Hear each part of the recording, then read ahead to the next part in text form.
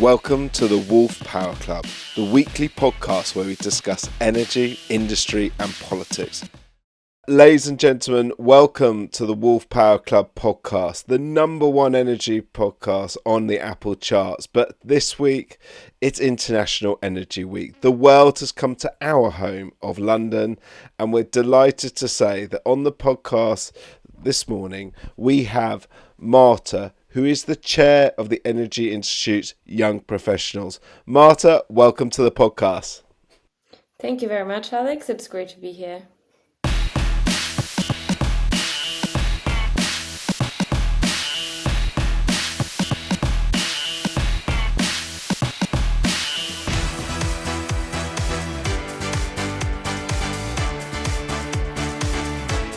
Well, Marta, we're going to jump right into it. How has, say, one of the best students from Lisbon, Portugal, ended up as the chair of the Energy Institute's Young Professional Network based in London? Well, it's been fun. I started studying biological engineering because I thought I wanted to be the next new star in medicine for cancer, but then I realized that I didn't like labs. And that's when I really wanted to apply the knowledge into energy and renewable energy.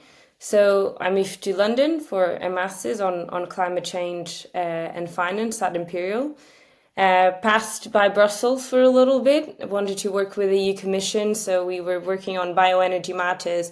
It was a fun time because it was when they were sort of treating the EU taxonomy and also reviewing the RED II directive. So it was a very interesting time to be in the big policy around the EU. But nonetheless, I just felt like I wanted to be closer to the industry, really see projects through and really sort of unlock those issues to be able to sort of accelerate the transition. So that's when I decided to come back to London. Really, I landed at Ikigai, where I work now. And it's been a great experience, to be honest. We've been structuring sort of different kinds of projects on a commercial level, on very large infrastructure, airports, ports, waste, water sectors. So it's been quite diverse and challenging and very interesting. And yes, well, in parallel, I have my other, which I normally call hobbies. One of them is I teach. So I'm also a teacher at the UN Renewable Energy Institute. This was a fun story, actually. It was one of the dear people there that actually messaged me on LinkedIn and said, "Oh, hi, do you want to be the lecturer for our carbon finance course? I think you'd be good for it." And I was like, well, why not? And it's been 2 or 3 years now, and it's been a great experience. Actually, just have another course launched as well on carbon capture and market strategy. So that's honestly been a really good experience.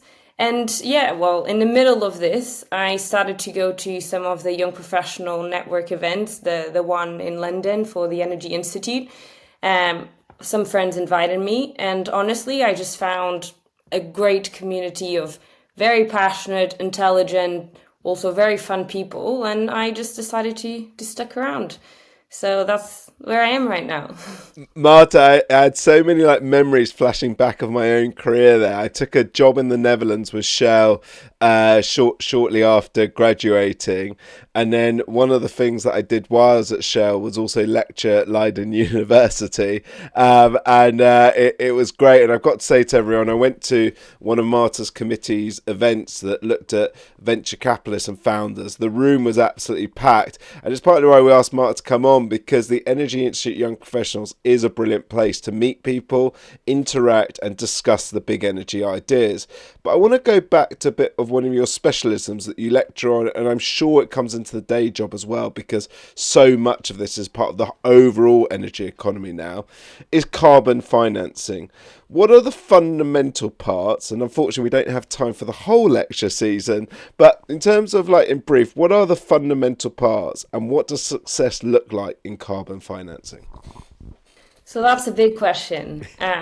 But carbon finance really is about enabling projects that can deliver carbon reductions and removals. And I mean, the most obvious way to look at it, let's say it's projects that can generate carbon credits, let's say engineered solutions as carbon capture installation for a biomass plant and then geological storage, or natural capital solutions around reforestation, habitat restoration. That's one way to look at it, really, because the reality is that all net zero projects are under this. For example, if we go to an airport that's implementing a solar plant to reduce the usage of fossil fuel energy, or if we're developing a hydrogen hub there to try and power future flights with hydrogen and replace kerosene, that also delivers a reduction in emissions. It doesn't have to be a credit behind it. It's just how we're going to value projects that are going to deliver a reduction in or removal in the carbon footprint, but at the same time that can deliver more than that and that are commercial on that basis as well.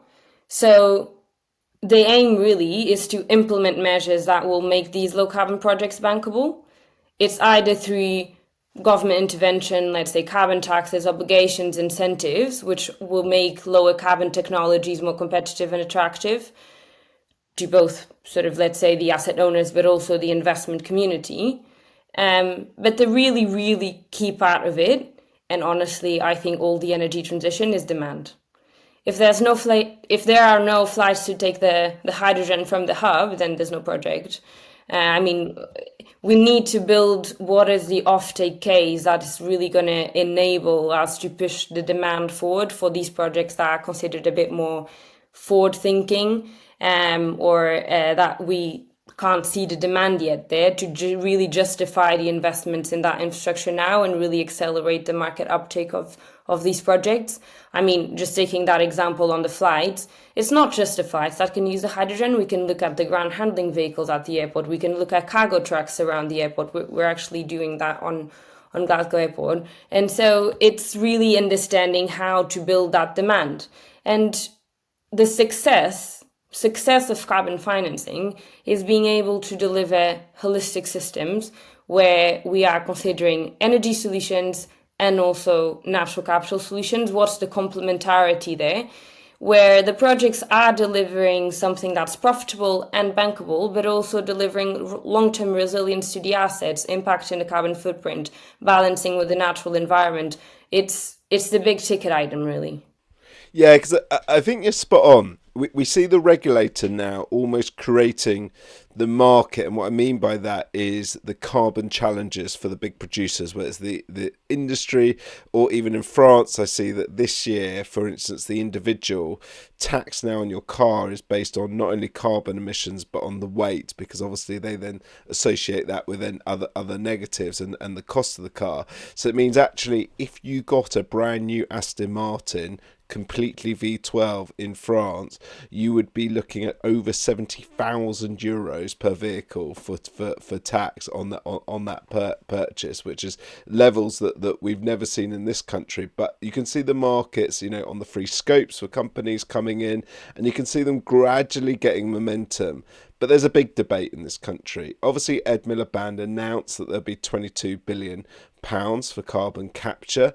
And what we find interesting on the Wolfe Power Club podcast, the carbon capture industry has said that'll cover about 4 or 5 projects. And we also have at the other extreme, Oxford University, saying that to actually get the carbon capture by 2030, and that's the whole thing, is almost with carbon capture, the demand has happened already, is that they're saying it's going to take the best part of 30 trillion.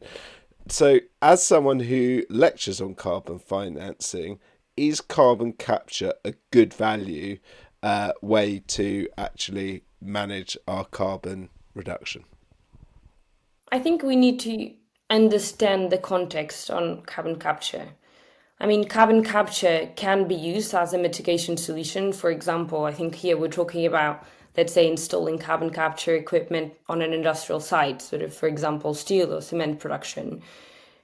There's the other side of carbon capture, which is about the carbon removal solution. For example, if we install it on a biomass plant and then storing it, and we can really generate sort of negative emissions. But taking that aside and really focusing on the first one, which is, I think, what we want to focus on here, if we pick on that carbon capture as the mitigation solution, first we need to understand that carbon capture will be applied to industries where, one, either the chemical processes itself will produce CO2, for example, on cement production, and therefore it's a solution that there's just not another viable process to really make the product, or we're looking at areas where there's not a viable technical alternative solution to decarbonize that industry. So that's the first item around understanding where to apply carbon capture and how to apply well carbon capture. The big capital investment obviously comes from the fact that it's very large scale infrastructure. We're talking about carbon capture either on the capture side, which is very heavy industry, or we're going to talk about huge geological storage facilities that require coordination between stakeholders, investment. We also need all the sort of infrastructure to be in place on the network, which potentially even at some point we're going to be regulated. We're talking about moving the electricity grid into the carbon grid. It's a huge implementation, and therefore we need to look at the scale that we're talking about here. And there is a world, yes, where we can also consider other uses of the CO2, so we don't necessarily have to sort of store it. Here we're talking about sort of, for example, utilization markets on food and beverage, or low carbon projects like negative cement, for example, or even SAF. But then we get to problems either with the uptake because the market might not be that big, or we're going into project on project risk because it's just sort of new projects coming through. So I think that all needs to be considered in this question mark around carbon capture. The reason why government intervention is quite important really is actually sort of three things. One is deliverability. There's no way countries can deploy geological storage facilities without that national coordination. Too big infrastructure requires so many off-takers and producers, the whole supply chain to be involved. The other one is around funds crowding. We need to give assurance to investors that they can invest on something that will have guarantees from someone. And also it's the prioritization of off-takers. So the reality is that the geological storage facilities are very much oversubscribed. Even those 4 or 5 that we're talking about, we're not going to cover the entire requirement around CO2 storage. That's not the case. And therefore, obviously, we need a coordinated implementation process. And with that comes not just the intervention around the storage side, but also the intervention around the UK ETS carbon obligations, for example, because that is what supports making net zero changes to the industry more competitive, support them prioritizing other mitigation technologies when they're available versus carbon capture. So we definitely need that coordination even within government on the incentives versus the infrastructure to be able to really push forward what the right priority of takers should be. And to be fair, with all the technologies that we look at, really, carbon capture has its own role to play in the transition as the others, and just needs to be considered as part of that holistic system. I mean, it takes its own share of high-level investment, but you can also push other technologies given the shortages in the actual storage that you have for the CO2 and make the other technologies become more competitive and support industry decarbonization. Yeah, I think you're spot on there, Marta. I think it's one of those things, what you said in the earlier part of the answer when you talked about demand, and I think ultimately there's always going to be a demand to build buildings. There's always going to be a demand for oil and gas. And I say to then reduce that CO2, you're not left with loads of options on that massive scale. What I can say, listeners, is we are going to have various carbon capture association people on over the course of the year. It's something that's really hotting up in Britain. I think it's a fantastic thing to look at, and it's going to be actually one of the key things that might actually give more life and more job opportunities in the North Sea in Britain over anywhere else. But let's come back to London. Not only is International Energy Week here, but your employer, Ikai Group, is based here, and they give a lot of guidance on energy transitions. You already mentioned that you guys work on extreme projects from waste disposal through to airports. And I was just wondering, what would you say are the best suggestions for energy transition? I think, honestly, it's all about the position around the thinking. So it's being pragmatic about that the energy transition is both one thing that we want to move forward in terms of climate obligations, but it's also an opportunity in the market. And it's also about understanding if we have an underlying infrastructure asset, how can we think about the optimization of the asset? Can we think about net zero as an optimization structure? So not just talking about the carbon reductions itself, but can we go beyond and look at how can we support resilience, future resilience for that asset? How can we support cost savings on electricity, on sort of heat consumption if we connect it to waste heat structures around? For example, can we look at additional revenues from wasted products that we're not actually using, being it the carbon that we can capture or any other products that can be sold or land that's not being utilized? So it's a lot about having that optimization perspective on assets. And I think it's also about that holistic thinking. We think in hubs. We think about how can we combine resources and offtake requirements in a region or in the globe. How can we really understand what's the best way to take forward the resources that we have for the production of a product or the demand that we have in the region for that product, really. So how can we think about in hubs? And then the third bit really is how can we make the projects more investable? How can we look at a scale up approach? How can we best standardize? How can we best aggregate the demand of multiple projects? What is the right structure that it might not be necessarily on the technology? It actually might be just on how we're structuring the project. We've discussed demand. We can discuss are the gaps that we can really push forward, going beyond that one initial project into a portfolio basis, for example. And I think the final point is really just really understanding how we can go beyond that asset. Is it just energy? Can we also deliver on an environmental level? What is the really gold standard way of delivering a project like this? And how can we push the industry with us to also do the same? Yeah, it's great. We've had the CEO on of Energy Transition Fuels, and it's something I hadn't really taken on board until we talked, and that was that look, the reason they're proposing off-grid solutions is to be as quick as possible to market, so that things that are in their control can be done now, and there's not like a big waiting time to do it. And I think in addition to energy transition, we've also got a workforce transition. So I was looking at some statistics from the People Economists, and they were saying that a third of the energy workforce is over 50. Nothing wrong with that. Our audience base is in 50 countries now, but many ages listen to this podcast. But it's more the fact that the impact of that is that they believe that nearly a third of that workforce will retire in the next 10 years, and there could be a shortfall in the UK alone of 250,000 energy professionals. Now, I'm interested, Marta, so you had a choice. You looked at sciences, you looked at sort of research into potentially areas like cancer, but actually you saw a really fulfilling career in energy. So I'm just interested, why is it attractive to our listeners if they're thinking about changing their career to energy to do it? And also, what do you think are the career opportunities? Because it sounds like there's a lot if about a third of the workforce is going in the next 10 years and there's 250,000 jobs open that won't be filled.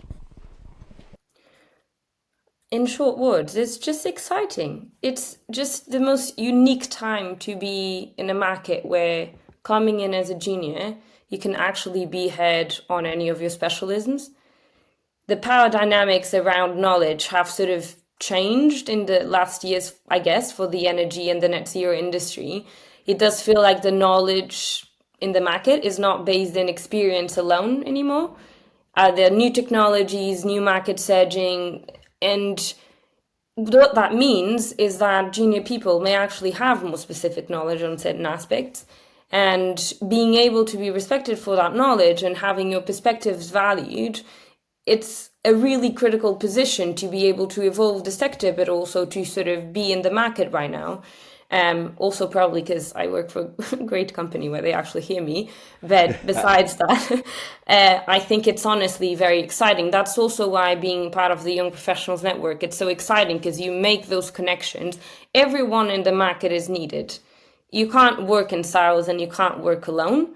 And that's a really exciting movement going forward, to be able to grow with that industry and grow together in that industry, which doesn't really happen or wasn't really happening so much before. So that's, I think, the first thing. The second thing is that you can just see it from so many different perspectives. I mean, one day I'm speaking to a truck driver, on the other day I'm speaking to a battery supplier, the other day I can be speaking to the head of investment at one of the biggest renewable energy funds, and another day I can just speak to a farmer in India on a sort of natural capital project we're looking at. So the range of opportunities that you have and exposure you have in this industry is huge, and everyone is looking at it. And I think that connects a little bit with your sort of second question around what are the career opportunities. To be fair, it applies to all industries and all jobs, really. I mean, everyone is a energy user, and it's relevant from a business resilience perspective, from a future opportunities perspective for the business. All the businesses need to be aware of sort of what's happening on government policy, any reporting obligations, anything that they are incentivized to do going forward. Businesses need to understand the energy situation to manage sort of geopolitics and to manage their supply chain. I mean, it's everywhere. And so I think that's where really the industry is going to grow, is how can we bring that to every sector and how can we make it more efficient in each and every sector, really. Yeah, I think Marta, great answer there, because I would say to people is like there's not many industries that are on the front page of newspapers pretty much like every other day.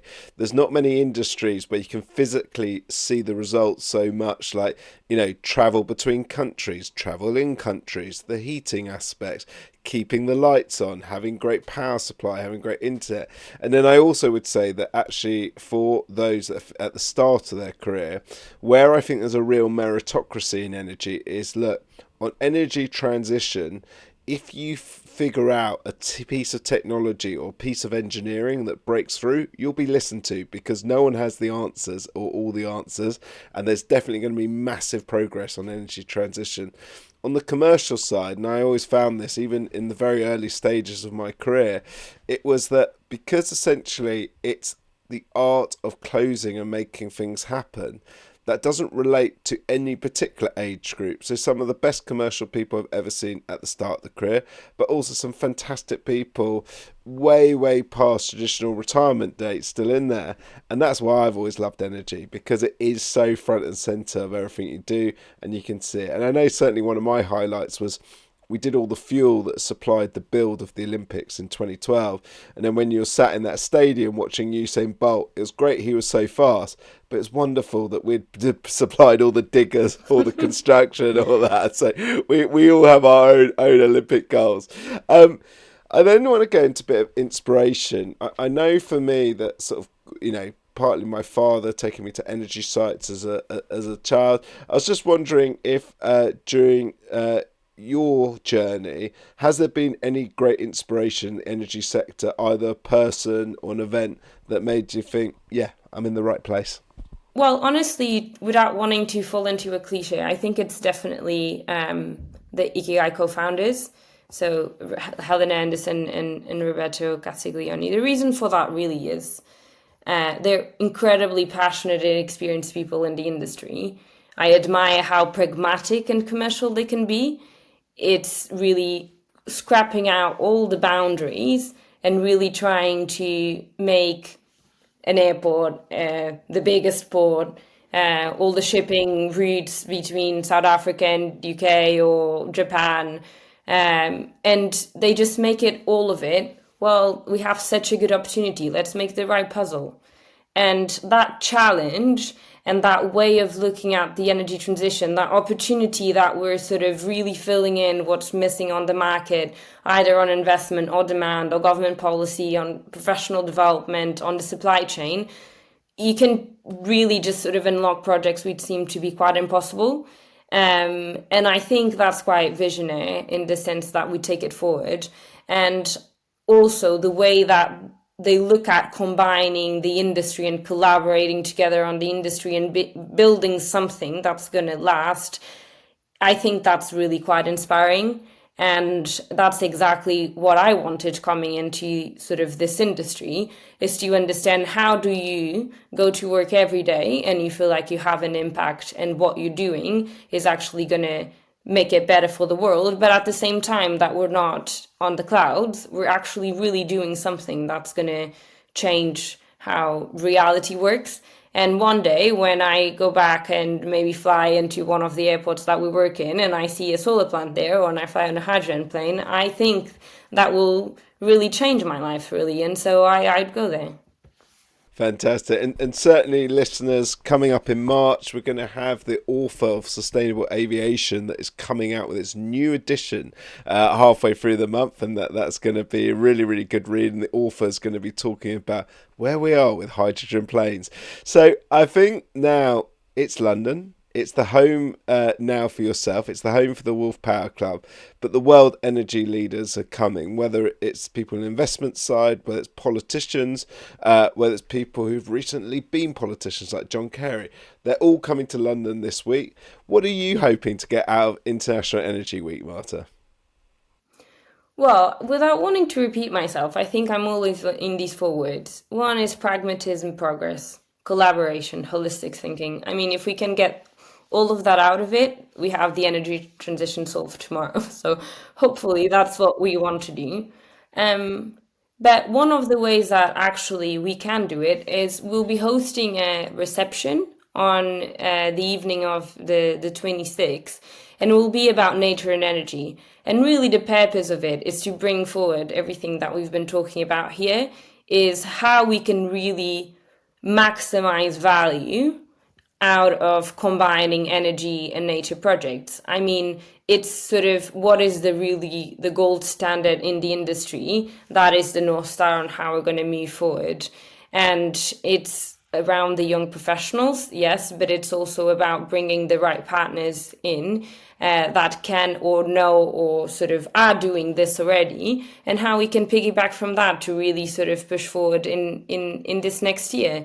So that should be actually really exciting, talking a bit of agri-solar, bioenergy and forestry residues, or then we go into the big maritime biodiversity creation and wind offshore. You can apply to everything really. So really curious to see what we come out there on any new market opportunities, how we resolve the challenges, how we make it the market growth on that area. That is fantastic. And for all our listeners, we'll put it in the show notes. As I say, it's Tuesday today as you listen to this, and you can register for the event. And we look forward to you attending and seeing the great debates, as you say, on nature and energy.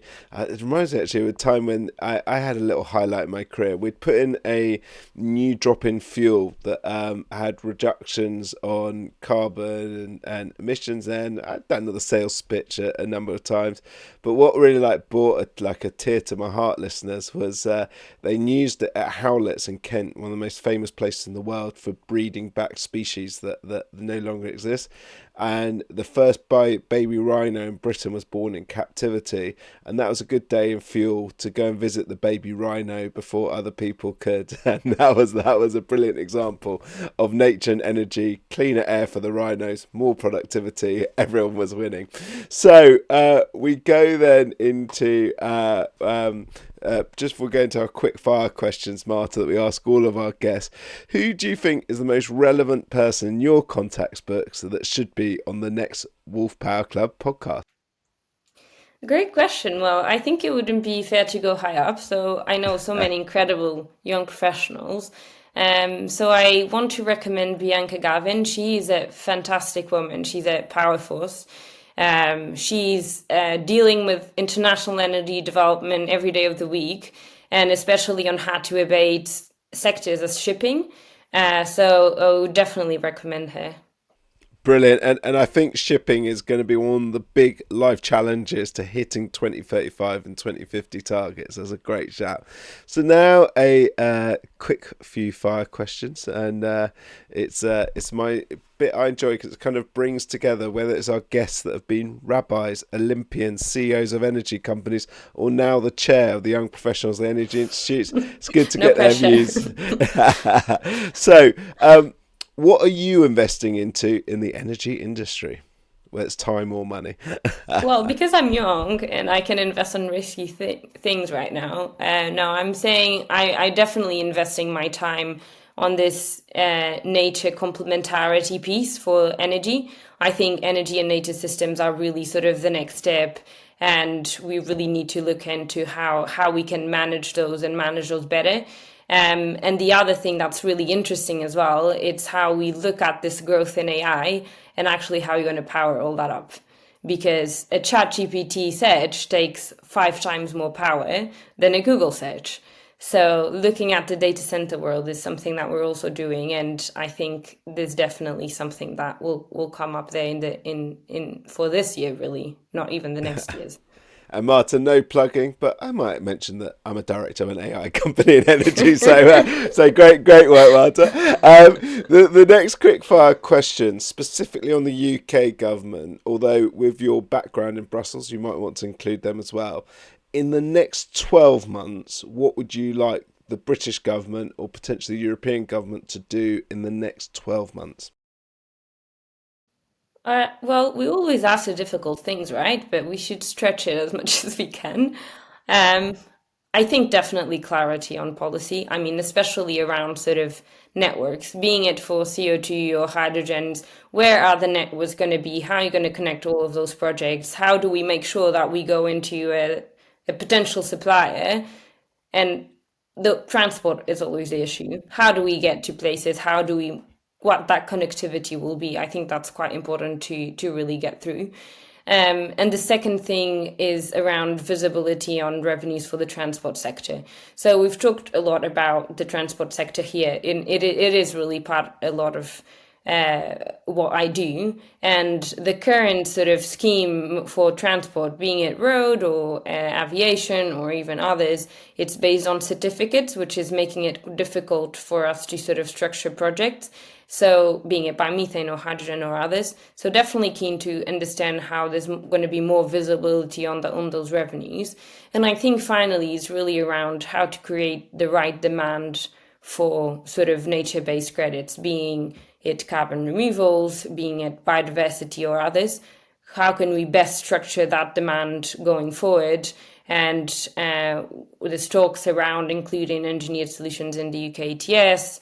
There's also sort of the biodiversity net gain market moving forward, but it's really pushing on how we can really create that demand, because otherwise it's difficult to move the projects forward. Yeah, and definitely I love how they've moved the Conference of International Energy Week only about a mile, but it's now right outside Parliament, so there's no escaping for our politicians. They have to come and answer this week, but more importantly, work with the sector. And then the final question is, what do you want the energy customer to do? And I had a very funny set of street interviews in the last few weeks.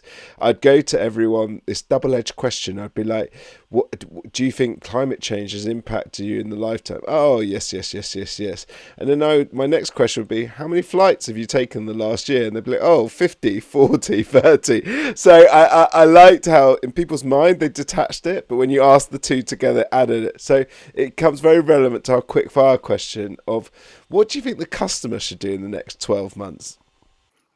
Honestly, they just should be the demand, the right demand. That's exactly what they're for. I mean, there's no demand, without the right demand, there's no transition. And what that means is, should we go for the low carbon products and also push for the competitive values? I think that's where you really need to be in. And I mean, that's from sort of a standard consumer base. If we go to the actual big consumers, and I'm talking about sort of any industrials that we work with that would take the power from us, or sort of any infrastructure plays that would also take that power, it's always about asset optimization and resilience. Can you look around and think, oh, my neighbor is putting a solar plant? how can I look at that as well? And we share the infrastructure and actually get savings for both of us. So I think it's around being the right demand on small or large scale. Being a customer is being that right demand. Fantastic. Guys, I think today we've seen that although there might be 250,000 jobs that the energy sector needs to fill, at the very top end, someone like Marta will certainly be, in a few years' time, someone that we'll have back on the podcast that I'm sure will be leading masses of organisations, I'd be very masses of happy stakeholders, to. and we will be delighted that we spoke to Marta early on. As I say, the Young Professional Energy Institute Network has events throughout the year, but they do have an event on Wednesday night of Energy Week. It's been fantastic having you, Marta. Thank you for your time today. Thank you very much. It was great being here.